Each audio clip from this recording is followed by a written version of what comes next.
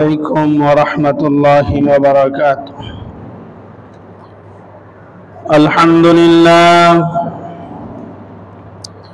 الحمد لله نحمده ونستعينه ونستغفره ونؤمن به ونتوكل عليه ونعوذ بالله من شرور أنفسنا ومن سيئات أعمالنا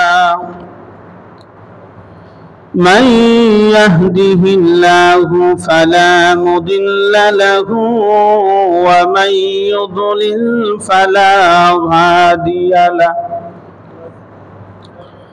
وأشهد أن لا إله إلا الله وحده لا شريك له وأشهد أن سيدنا وسندنا وحبيب ربنا ومولانا محمدا عبده ورسوله أرسله بالحق بشيرا ونذيرا وداعيا إلى الله بإذنه وسراجا منيرا أما بعد فقد قال الله تبارك وتعالى في كلامه المجيد وفي فرقانه الحميد أعوذ بالله من الشيطان الرجيم بسم الله الرحمن الرحيم يا أيها الذين آمنوا إذا نودي للصلاة من يوم الجمعة فاسعوا إلى ذكر الله وذروا البيع ذلكم خير لكم إن كنتم تعلمون صدق الله العظيم. وعن ابن عباس رضي الله تعالى عنهما قال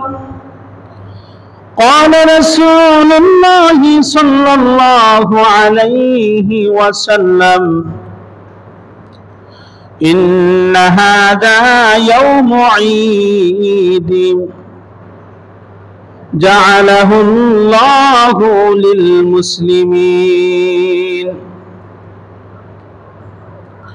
إن هذا يوم عيد يوم الجمعة جعله الله للمسلمين فمن جاء إلى الجمعة فليغتسل وإن كان طيب فليمس منه وعليكم بالسواك أو كما قال عليه الصلاة والسلام صلى الله على سيدنا ومولانا محمد وعلى آله وأصحابه وسلم صلى الله على سيدنا ومولانا محمد وعلى آله وأصحابه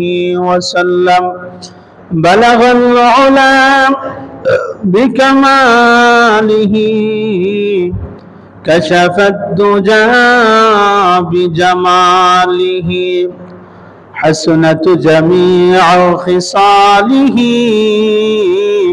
صلوا عليه وآله لا إله إلا الله لا إله إلا الله لا إله إلا الله لا إله إلا الله لا إله إلا الله محمد رسول الله صلى الله عليه وسلم الحمد لله আল্লাহ সুবহানাহু ওয়া তাআলার দরবারে অসংখ্য অগণিত শুকরিয়া যে মহান রব্বুল আলামিন আমাদেরকে আজকে পবিত্র জুমার দিনে জুমার নামাজ আদায় করার উপলক্ষে রব্বে কারীমের ঘরে এসে কিছু কথা বলার ও শোনার তৌফিক দান করেছেন। এজন্য আমরা প্রত্যেকেই হৃদয় উজাড় করে মন খুলে জুড়ে সুরে বলি আলহামদুলিল্লাহ।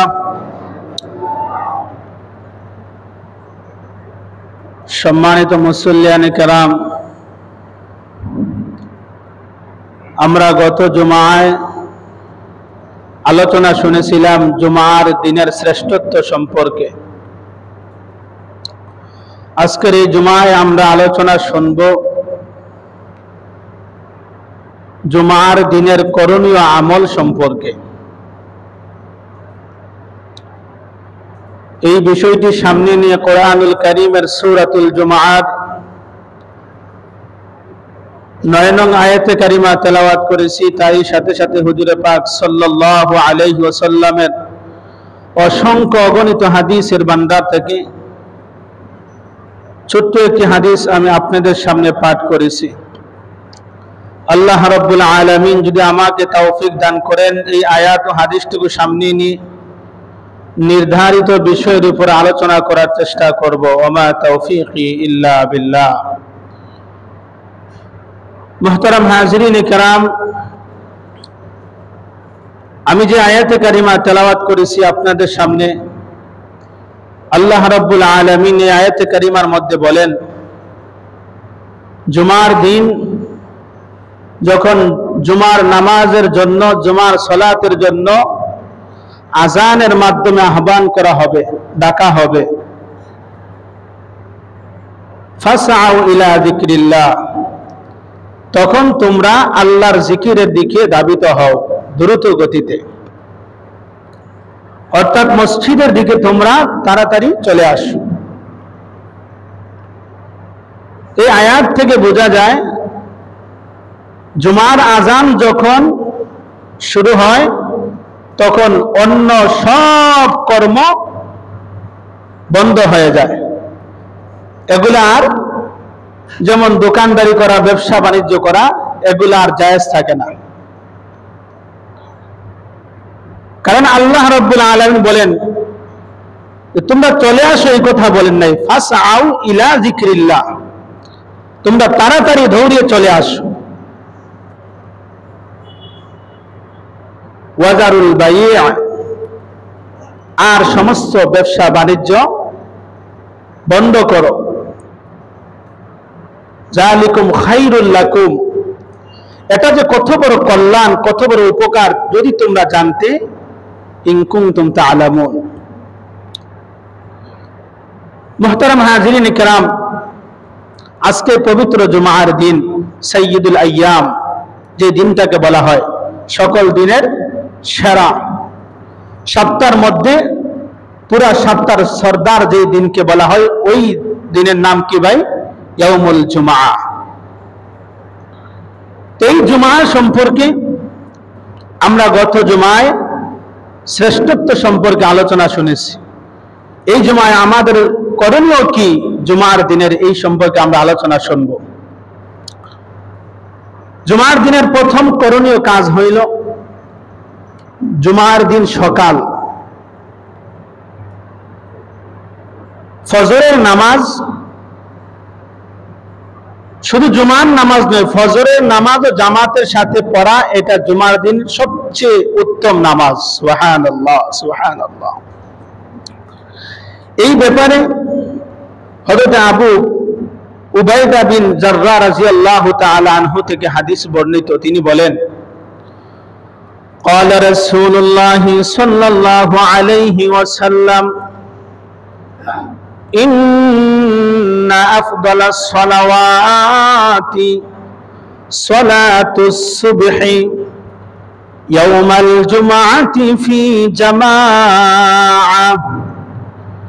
রাসূল আকরাম সাল্লাল্লাহু আলাইহি ওয়াসাল্লাম ইরশাদ করেন, ইন্না আফদালাস সালাওয়াতি, সর্বোত্তম নামাজ হইল, সালাত হলো সালাতুস সুবহি ইয়াউমাল জুমআ ফি জামাআতিন, জুমার দিন ফজরের সালাত জামাতের সাথে আদায় করা। সুবহানাল্লাহ, সুবহানাল্লাহ। ফজরের জামাত, ফজরের নামাজ জামাত সহকারে আদায় করা, এটা কি সর্বশ্রেষ্ঠ নামাজ। সুবহানাল্লাহ, সুবহানাল্লাহ। শুধু জুমার নামাজের কথা বলা হয়নি, জুমার দিন ফজরের সালাতটুকু সর্বশ্রেষ্ঠ সালাত বলা হয়েছে। সুবহানাল্লাহ। তো আমরা এখানে অনেক ভাই আছে যে আজকে আমরা ফজরের নামাজও পড়ি নাই, এমন আছেন না ভাই? যাই হোক, ওই ব্যাপারে আলোচনা করব না, পিছনে অনেক আলোচনা গিয়েছে ফজরের সালাত সম্পর্কে। তো আমরা হাদিস থেকে জানতে পারলাম যে জুমার দিন ফজরের নামাজ জামাত সহকারে আদায় করা, এটা সর্বশ্রেষ্ঠ নামাজ। রাসূল বলেন, ইন্না আফদালাস সালাওয়াতি সালাতুস সুবহি। সুবহানাল্লাহ, সুবহানাল্লাহ। 2 নম্বর জুমার দিনের করণীয় হলো সূরা কাহাফ। সূরা কাহাফ এটা 15 নম্বর পারার 11 নম্বর পৃষ্ঠায়, 12 নম্বর পৃষ্ঠায় আছে এই সূরাটি। এই সূরা পাঠ করা জুমার দিন, এই সূরা সম্পর্কে রাসূল আকরাম সাল্লাল্লাহু আলাইহি সাল্লাম অনেক হাদিস বর্ণনা করেছেন। তার মধ্যে একটি হাদিস আমি আপনাদেরকে শোনাই। হযরত আবু সাঈদ খুদরি রাদিয়াল্লাহু তাআলা আনহু থেকে হাদিস বর্ণিত, তিনি বলেন, আন্না রাসূলুল্লাহ সাল্লাল্লাহু আলাইহি ওয়াসাল্লাম, রাসূল আকরাম সাল্লাল্লাহু আলাইহি ওয়াসাল্লাম ইরশাদ করেছেন, ইয়াকুলু ইন্না মান ক্বারাআ সূরাতাল কাহফি ইয়াওমাল জুমআ আদাআ লাহু মিনান নূর মা বাইনাল জুমআতাইন। সুবহানাল্লাহ, সুবহানাল্লাহ। রাসূল আকরাম সাল্লাল্লাহু আলাইহি ওয়াসাল্লাম ইরশাদ করেন, যে ব্যক্তি জুমার দিন সূরা কাহফ তেলাওয়াত করবে, সূরা কাহফ পড়বে, আল্লাহ সুবহানাহু ওয়া তাআলা এই জুমা থেকে তার পূর্বের জুমা, অর্থাৎ তার আগের জুমা, মধ্যবর্তী যে সময়টুকু রয়েছে, ওই সময়টুকু আল্লাহ রাব্বুল আলামিন তার বিশেষ নূর দ্বারা আল্লাহ আলোকিত করে দেন। সুবহানাল্লাহ, সুবহানাল্লাহ। মুহাদ্দিসিন কেরাম বলেন, এই বিশেষ নূর দ্বারা এই মধ্যখানের সময়টুকু যে আলোকিত করে দেন, এর মানা হলো যে এই এক জুমা থেকে আরেক জুমা, তার পূর্বের জুমা, মধ্যবর্তী সময়টুকু আল্লাহ রাব্বুল আলামিন নেকি দ্বারা পরিপূর্ণ করে দেন। সুবহানাল্লাহ, সুবহানাল্লাহ। এজন্য ভাই, আমরা যারা কোরআন তেলাওয়াত করতে পারি, প্রত্যেকে চেষ্টা করবেন যে অন্তত সূরা কাহফ এই সূরাটুকু তেলাওয়াত করে আসতে। আল্লাহ রাব্বুল আলামিন আমাদেরকে আমল করার তৌফিক দান করেন, বলেন আমিন। মা বোনরা যারা কোরআন পড়তে পারেন, আপনারা এই সূরাটা তেলাওয়াত করবেন প্রতিদিন, প্রতি জুমার দিন এই সূরাটি তেলাওয়াত করে, তাহলে এই মধ্যবর্তী সময়টুকু যেগুলো রয়েছে, এই সময়টুকু আল্লাহ নেকি দ্বারা পরিপূর্ণ করে দেবেন। সুবহানাল্লাহ, সুবহানাল্লাহ। 3 নম্বর জুমার দিনের করণীয় আমল হলো গোসল করা, উত্তম রূপে গোসল করা। এই ব্যাপারে আবু দাউদ শরীফের হাদিস, এই কিতাবের মধ্যে হাদিস এসেছে হযরত আবু হুরায়রা রাদিয়াল্লাহু তাআলা আনহু থেকে হাদিস বর্ণিত। এই হাদিসটি আবার হযরত আবু সাঈদ খুদরি রাদিয়াল্লাহু তাআলা আনহু, তারা উভয় সাহাবী এই হাদিসটি বর্ণনা করেছেন। রাসূল আকরাম সাল্লাল্লাহু আলাইহি ওয়াসাল্লাম ইরশাদ করেছেন, মানিগতাসালা ইয়াউমাল জুমআ ফালাবিসা মিন আহসানি সিয়াবিহি ওয়া মাসসা মিন তিবিন। আল্লাহ রাসূল সাল্লাল্লাহু আলাইহি ওয়াসাল্লাম ইরশাদ করেছেন, মানিগতাসালা ইয়াউমাল জুমআ, যে ব্যক্তি জুমার দিন উত্তম রূপে গোসল করবে, ওয়ালাবিসা মিন আহসানি সিয়াবিহি, উত্তম কাপড় পরিধান করবে। কি কাপড় ভাই? উত্তম কাপড় পরিধান করবে। তার কাছে সুগন্ধি থাকলে, আতর থাকলে আতর ব্যবহার করবে। এরপর সে মসজিদের দিকে গমন করবে। মসজিদে এসে লোকদের গা টপকিয়ে না গিয়ে যেখানে জায়গা পায় ওইখানেই বসে পড়বে। কথা বুঝতে পারছেন? অনেক ভাইদেরকে দেখা যায় সবার আগে আপনি জমায় আসেন, কিন্তু 2 নম্বর 3 নম্বর কাতারে বসেন, দ্বিতীয় কাতার তৃতীয় কাতারের মধ্যে আপনি বসেন। আপনি কি লস চান না লাভ চান ভাই? বলেন, কথা বলেন না। লাভ চান কি চান না?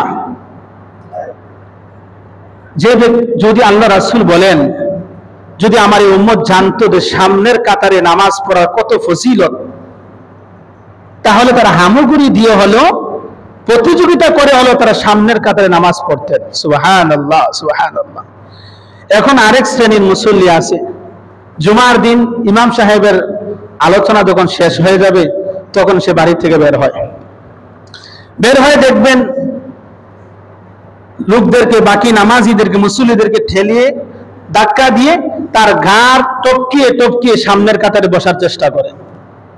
এইভাবে বসার জন্য আল্লাহ রাসূল নিষেধ করেছে। যেখানে জায়গা পাইবা ওইখানেই বসবে। এই হাদিসের মধ্যে আল্লাহ রাসূল বলেন, যে ব্যক্তি উত্তম রূপে গোসল করবে, উত্তম কাপড় পরিধান করবে, সুগন্ধি থাকলে সুগন্ধি ব্যবহার করবে, আর এরপর মসজিদে এসে লোকদের গাড় টপকিয়ে না যাইবে, ইমাম সাহেবের কাছাকাছি এসে বসবে, বসে চুপচাপ মনোযোগ সহকারে খুতবা থেকে নামাজ শেষ হওয়া পর্যন্ত সে মনোযোগ সহকারে খুতবা শুনবে, আল্লাহর নির্ধারিত দেওয়া 2 রাকাত নামাজ পড়বে। এইভাবে যখন বান্দা নামাজ আদায় করবে, আল্লাহ রাসূল সাল্লাল্লাহু আলাইহি ওয়াসাল্লাম বলেন যে তার এই জুমা থেকে তার পূর্বের জুমা মধ্যবর্তী যে সময়টুকু সে গুনাহ হয়েছে, তার এই গুনাহের কাফারা হয়ে যায়। বলেন না সুবহানাল্লাহ, সুবহানাল্লাহ। এই হাদিসের মধ্যে আবু হুরায়রা রাদিয়াল্লাহু আনহু বলেন, আরো 3 দিন তার গুনাহের কাফারা হয়ে যায়। বলেন না সুবহানাল্লাহ। কেননা বান্দা যখন কোনো ভালো কাজে নিয়ত করে, কোনো ভালো কাজ করে, তখন কমপক্ষে তাকে 10 গুণ বাড়িয়ে দেওয়া হয়। সুবহানাল্লাহ, সুবহানাল্লাহ। মান জাআ বিল হাসানাতি ফালাহু আশরু আমসালিহা। এজন্য ভাই, জুমার দিনের প্রথম করণীয় কাজ হলো সকালবেলা জামাতের সাথে ফজরের নামাজ আদায় করা, উত্তম রূপে গোসল করা, উত্তম কাপড় পরিধান করা, সুগন্ধি ব্যবহার করা, সবার আগে মসজিদে আসা। এগুলো হলো জুমার দিনের করণীয়। এরপর হলো আপনার সূরা কাহফ তেলাওয়াত করা। এগুলো স্মরণ রাখবেন ভাই। শুধু শুনলেন, আমল যদি না করেন, এই শোনায় কোনো কাজ হবে না ভাই। সাহাবায়ে কেরাম শরীয়তের একটি বিধান জানতেন, একটি মাসআলা জানতেন, ওই মাসআলার উপর আমল করতেন। এজন্য ভাই প্রতি জুমায় আমরা চেষ্টা করব, আজকের যে আলোচনা হুজুর আমার থেকে শুনবেন, এই আলোচনাগুলা আমলে পরিণত করার চেষ্টা করবেন তো ইনশাআল্লাহ। আল্লাহ রাব্বুল আলামিন আমাদেরকে তৌফিক দান করেন, বলেন আমিন। 4 নম্বর জুমার দিনের করণীয় হলো আমল মিসওয়াক করা। মিসওয়াক করার জন্য রাসূল করিম সাল্লাল্লাহু আলাইহি সাল্লাম স্বয়ং তাকিদ দিয়েছেন। এই মিসওয়াক সম্পর্কে আমি 2 জুমায় আলোচনা করেছিলাম।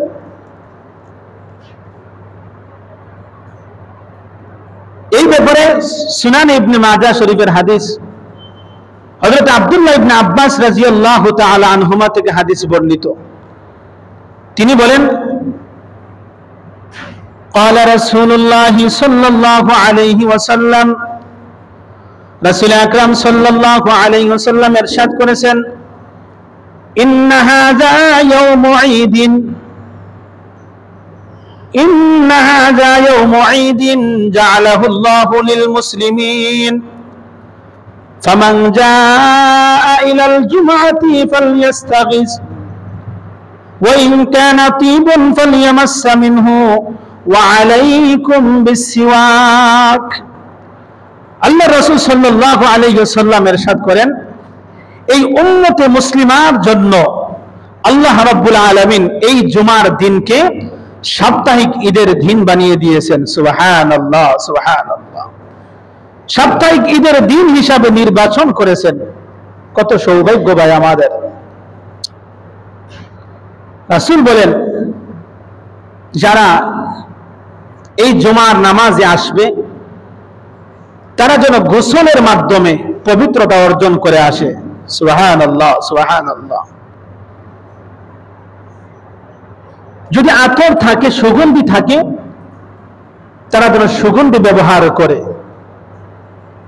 3 নম্বরে রাসূল বলেন, ওয়া আলাইকুম বিসসিওয়াক, আর অবশ্যই ওয়া আলাইকুম, অবশ্যই তোমরা মিসওয়াক করে আসবে। সুবহানাল্লাহ, সুবহানাল্লাহ।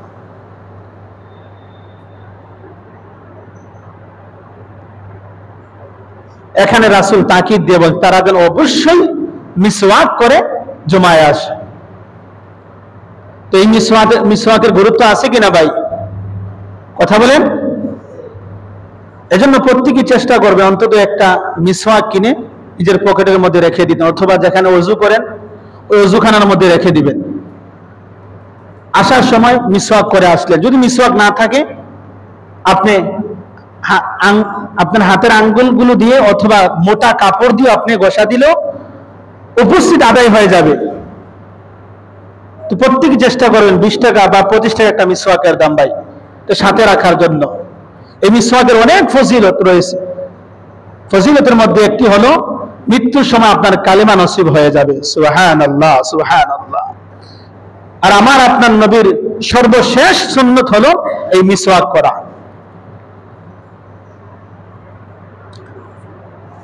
আল্লাহ পাক আমাদেরকে আমল করার তৌফিক দান করেন, বলেন আমিন। 5 নম্বর এই জুমার দিনের করণীয় আমল হলো, এই যে একটু আগে বলেছিলাম, আগে আগে মসজিদে আসা। এই ব্যাপারে সহিহ মুসলিম শরীফের বর্ণনা এসেছে। হযরত আবু হুরায়রা রাদিয়াল্লাহু তাআলা আনহু থেকে হাদিস বর্ণিত। তিনি বলেন, রাসূল আকরাম সাল্লাল্লাহু আলাইহি ওয়াসাল্লাম ইরশাদ করেছেন, যে ব্যক্তি অপবিত্র থেকে পবিত্র হওয়ার জন্য গোসল করবে, অর্থাৎ উত্তম রূপে গোসল করে সর্বপ্রথম মসজিদে আসে। জুমার দিন আজানের সাথে সাথে মসজিদের গেইটের সামনে, দরজার সামনে 2 জন ফেরেশতা রেজিস্টার খাতা নিয়ে দাঁড়িয়ে যায়। যখন জুমার দিন প্রথম মুসল্লি যিনি হবেন, ওই মুসল্লি যখন মসজিদের মধ্যে প্রবেশ করে, তখন তার নাম আগে তোলা হয়। দ্বিতীয় দফায় যেই মুসল্লি আসে তার নাম দ্বিতীয় দফায় তোলা হয়। এইভাবে সিরিয়ালে তাদের নাম লেখা হয়। প্রথম যিনি মসজিদের মধ্যে জুমার দিন প্রবেশ করবে, আল্লাহ রাসূল সাল্লাল্লাহু আলাইহি ওয়াসাল্লাম বলেন, সেজন্য একটি উট কুরবানি করলো। বলেন না সুবহানাল্লাহ, সুবহানাল্লাহ, সুবহানাল্লাহ। দ্বিতীয় দফায় যে ব্যক্তি জুমার দিন মসজিদে প্রবেশ করবে, রাসূল বলেন, সেজন্য একটি গাভী কুরবানি করলো। বলেন না সুবহানাল্লাহ, সুবহানাল্লাহ। তৃতীয় দফায় যে ব্যক্তি মসজিদের মধ্যে প্রবেশ করবে, রাসূল বলেন সে যেন শিং বিশিষ্ট একটি মেষক সে যেন কুরবানি করলো। বলেন না সুবহানাল্লাহ, সুবহানাল্লাহ। চতুর্থ দফায় যে ব্যক্তি মসজিদের মধ্যে প্রবেশ করবে সে যেন একটা মুরগা সদকা করলো। পঞ্চম দফায় যে ব্যক্তি মসজিদের মধ্যে প্রবেশ করবে সে একটি মুরগির ডিম সে যেন সদকা করলো। এইভাবে হাদিসের মধ্যে আসছে, যখন ইমাম সাহেব যখন খুতবার জন্য মিম্বরে দাঁড়িয়ে যায় তখন ওই ফেরেশতারা তাদের রেজিস্টার খাতাগুলো আটিয়ে ইমাম সাহেবের খুতবা শোনার জন্য তারাও বসে যায়, চুপচাপ তারাও খুতবা শুনতে থাকে। এইভাবে ভাই সবার আগে যিনি আসবেন ওনার মর্যাদা বেশি, ওনার ফজিলত বেশি। যিনি যত পরে আসবেন তার মর্যাদা তত কমবে, হ্রাস হইতে থাকবে। এজন্য আমরা সকাল সকাল জুমার দিন জুমার নামাজে আসার চেষ্টা করব তো ইনশাআল্লাহ ভাই।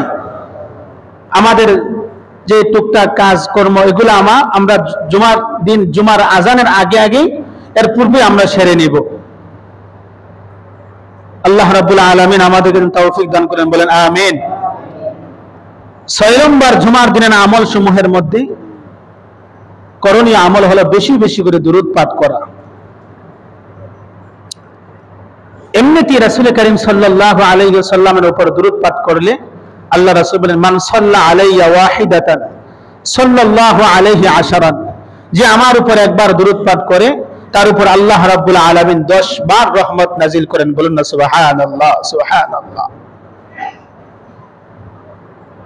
এজন্য ভাই রাস্তা দিয়ে হাঁটতেছেন অন্তত অতটুকু পড়তে পারেন, সাল্লাল্লাহু আলাইহি ওয়াসাল্লাম, সাল্লাল্লাহু আলাইহি ওয়াসাল্লাম, সাল্লাল্লাহু আলাইহি ওয়াসাল্লাম। এইভাবে আপনি দুরূদ পাঠ করতে পারেন, কত ফজিলত ভাই। বিশেষ করে রাসূল আকরাম সাল্লাল্লাহু আলাইহি ওয়াসাল্লাম বলেছেন জুমার দিন তোমরা বেশি বেশি করে দুরূদ পাঠ করবে। এই ব্যাপারে সুনানে আবু দাউদ শরীফের বর্ণনা এসেছে, হযরত আউস ইবনে আউস রাদিয়াল্লাহু তাআলা আনহু থেকে হাদিস বর্ণিত। তিনি বলেন রাসূল আকরাম সাল্লাল্লাহু আলাইহি ওয়াসাল্লাম ইরশাদ করেছেন, ইন্না মিন আফদালি আইয়ামিকুম ইয়াউমাল জুমআ, তোমাদের জন্য সর্বশ্রেষ্ঠ দিন হলো জুমার দিন। সুবহানাল্লাহ, সুবহানাল্লাহ। ইন্না মিন আফদালি আইয়ামিকুম ইয়াউমাল জুমআ, সর্বশ্রেষ্ঠ দিন হলো তোমাদের জন্য জুমার দিন। ফিহি খুলিকা আদম, কেননা ওই দিনে আদম, আমাদের আব্বা আদম আলাইহিস সালামকে আল্লাহ সৃষ্টি করেছেন। ওয়া ফিহি কুবিরা, আবার এই দিনে আদম নবীর জানটা আল্লাহ কবজ করেছেন। বলুন না সুবহানাল্লাহ, সুবহান। এই জুমার দিনে অন্য বর্ণনা এসেছে আদম নবীকে এই দিনে আল্লাহ সৃষ্টি করেছেন, এই দিনে আল্লাহ রাব্বুল আলামিন জান্নাতে প্রবেশ করিয়েছেন। আবার ওই দিনেই, এই জুমার দিনে জান্নাত থেকে আল্লাহ জমিনে পাঠিয়েছেন। আবার এই দিনেই কিয়ামত সংগঠিত হইবে। আর এই হাদিসের মধ্যে আসছে যে আদম আলাইহিস সালামকে এই দিনেই দুনিয়া থেকে আল্লাহ উঠিয়ে নিয়েছেন। ওয়া ফীহি নাফখাতু ওয়া ফীহি সাআকাতু, আবার এই দিনে কিয়ামত সংগঠিত হইবে। এরপরে আল্লাহ রাসূল সাল্লাল্লাহু আলাইহি ওয়াসাল্লাম ইরশাদ করেন, ফাকসিরু আলাইয়া মিনাস সালাহ, ফাকসিরু আলাইয়া মিনাস সালাতি ফীহি, তোমরা বেশি বেশি করে আমার উপর দুরূদ পাঠ করো। সুবহানাল্লাহ, সুবহানাল্লাহ। ফাইন্না সালাতাকুম মা'রুদাতুন আলাই, কেননা পৃথিবীর যেখান থেকেই তোমরা দুরূদ পাঠ করো না কেন আমি নবীর কাছে ওই দুরূদ পাঠানো হয়। বলুন না সুবহানাল্লাহ, সুবহানাল্লাহ। পৃথিবীর যেখান থেকে, যেই প্রান্ত থেকে দুরূদ পাঠ করে না উম্মত যদি করে, ওই দুরূদ তার নাম, তার বাবার নাম সহ, কোন কোন হাদিসের মধ্যে আসছে তাদের নাম সহ, নাম নিয়ে নিয়ে রাসূল করিম সাল্লাল্লাহু আলাইহি ওয়াসাল্লামের রওজা ধারে দুরূদ পাঠানো হয়। সুবহানাল্লাহ, সুবহানাল্লাহ। এই দুরূদের কত ফজিলত ভাই দেখেন।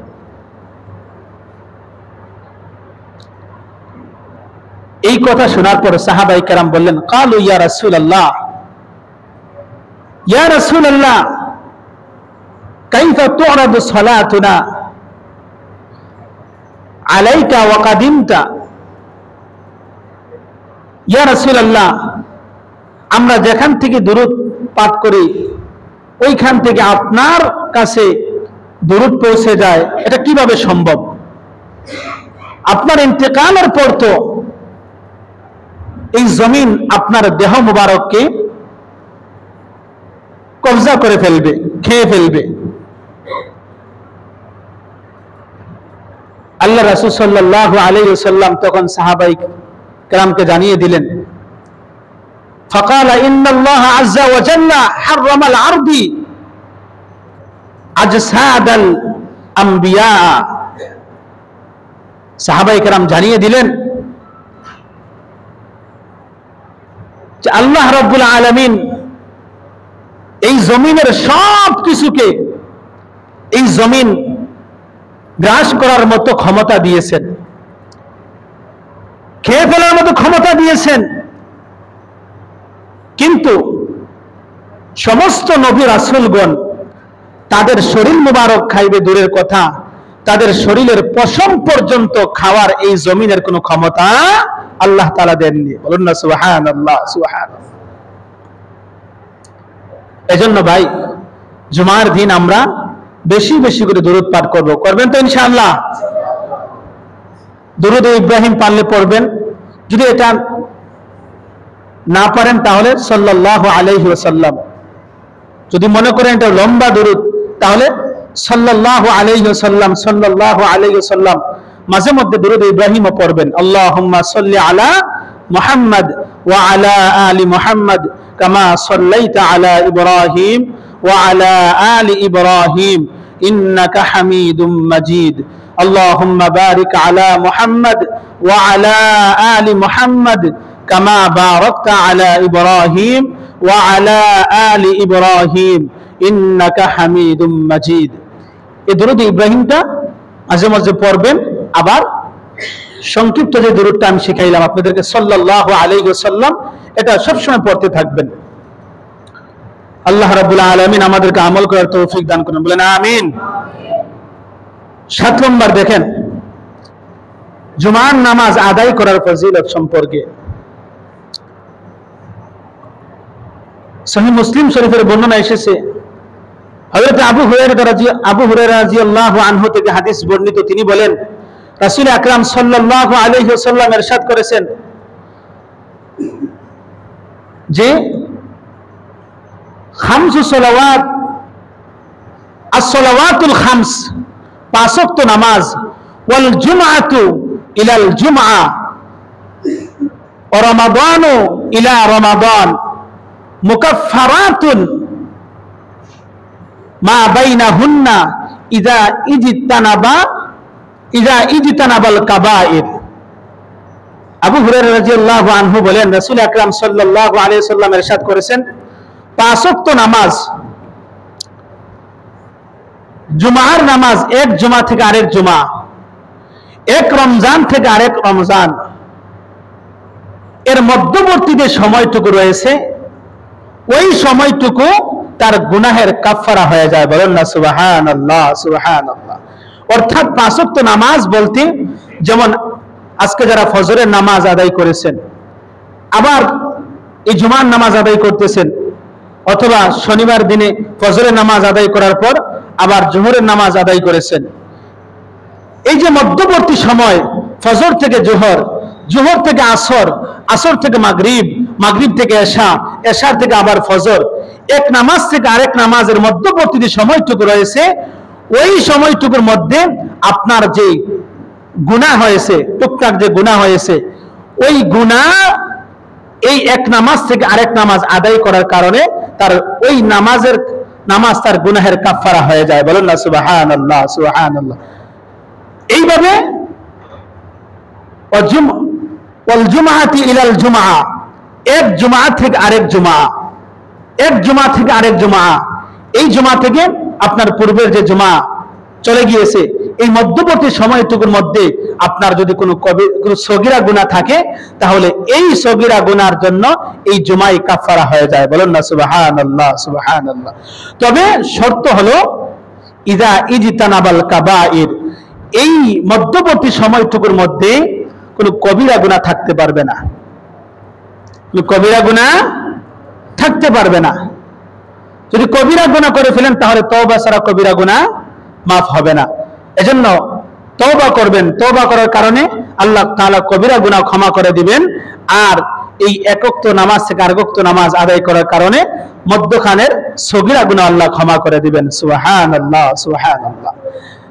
এই ব্যাপারে আরেকটি হাদিস মুসনাদ আহমদের মধ্যে আসছে, রাসূল আকরাম সাল্লাল্লাহু আলাইহি ওয়াসাল্লাম ইরশাদ করেন, যে ব্যক্তি উত্তম রূপে গোসল করে জুমার দিন মসজিদে যাবে, জুমার দিন মসজিদে গিয়ে চুপচাপ ইমাম সাহেবের খুতবা শুনবে, কোনো কথা বলবে না, যেখানে জায়গা পায় ওইখানে বসে যাইবে, এইভাবে সে জুমার নামাজ আদায় করার কারণে ওই ব্যক্তি তার বাড়ি থেকে মসজিদ পর্যন্ত আসার পথে যত কদম ওই জমিনের মধ্যে ফেলবে, প্রত্যেকটা কদমের বিনিময়ে আল্লাহ রাব্বুল আলামিন তার আমলনামায় 1 বছরের নফল রোজা ও 1 বছরের নফল নামাজের সওয়াব দান করে দেয়। সুবহানাল্লাহ, সুবহানাল্লাহ। কত ফজিলতপূর্ণ ভাই! এই ব্যাপারে আর অনেক হাদিস রয়েছে। যাই হোক, প্রায় 3 জুমা বা 4 জুমা হবে এই জুমা সম্পর্কে আলোচনা করতেছি। আজকের এই জুমায় যে আমরা করণীয় আমল সমূহ যে আলোচনা করেছি, এগুলা প্রত্যেকই ভাই চেষ্টা করবেন। আমাদের অজান্তে অনেক গুনাহ হয়ে যায়, হয় কি হয় না ভাই? অজান্তে অনেক গুনাহ হয়ে যায়। এজন্য ভাই আপনি যদি নামাজ না পড়েন, জুমা না পড়েন, জুমা আদায় না করলে, শরীয়তের উযর ব্যতীত যদি কেউ জুমা না আদায় করেন, জুমা যদি আপনি পড়েন না, তাহলে আল্লাহ আপনার অন্তরের মধ্যে মোহর মেরে দেয়। বলুন না নাউযুবিল্লাহ, নাউযুবিল্লাহ। যাই হোক, ওই ব্যাপারে আমি আগামী জুমা ইনশাআল্লাহ আলোচনা করব, যারা জুমার নামাজ আদায় করেন না। আর কিছু আপনার খুতবা সম্পর্কে আলোচনা করব। আল্লাহ রাব্বুল আলামিন যদি আমাকে তৌফিক দান করেন। তো ভাই, আজকের এই জুমায় আমরা কোন কোন আমল পাইলাম? 1 নম্বরে আমরা সকাল সকাল ঘুম থেকে উঠে আমরা ফজরের নামাজ জামাতের সাথে আদায় করব। 2 নম্বরে আমরা উত্তম রূপে গোসল করব। 3 নম্বরে আমরা মিসওয়াক করব, আমরা সুগন্ধি ব্যবহার করব। 4 নম্বরে, 5 নম্বরে আমরা উত্তম কাপড় পরিধান করব। 6 নম্বরে আমরা সূরা কাহফ তেলাওয়াত করব। 7 নম্বরে আমরা আপনার দুরূদ শরীফ বেশি বেশি পাঠ করব। আর তো মসজিদে আমরা আগে আগে আসার চেষ্টা করব। যে যত আগে আসবেন তার ফজিলত তত বেশি, তার মর্যাদা তত বেশি। সুবহানাল্লাহ। আল্লাহ রাব্বুল আলামিন আজকে এই জুমায় যে আলোচনা করেছি, এই আলোচনার উপর আমাকে এবং আপনাদের সকলকে আমল করার তৌফিক দান করেন। বলেন আমিন, সুম্মা আমিন। ওয়া আখিরু দাওয়ানা আলহামদুলিল্লাহি রাব্বিল আলামিন।